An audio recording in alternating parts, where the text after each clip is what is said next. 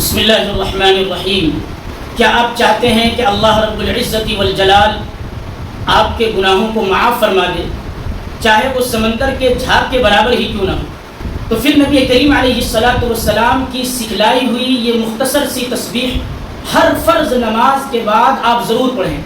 اللہ کے نبی علیہ الصلاۃ والسلام نے ایک حدیث کے اندر فرمایا کہ جو شخص ہر فرض نماز کے بعد 33 مرتبہ سبحان اللہ، 33 مرتبہ الحمدللہ اور 33 مرتبہ اللہ اکبر پڑھے اور پھر 100 کی تعداد مکمل کرنے کے لیے یہ کلمات پڑھے، لا الہ الا اللہ وحدہ لا شریک لہ لہ الملک ولہ الحمد وہو علی کل شیء قدیر، تو اس کے گناہ معاف کر دیے جاتے ہیں، چاہے وہ سمندر کے جھاگ کے برابر ہی کیوں نہ ہو۔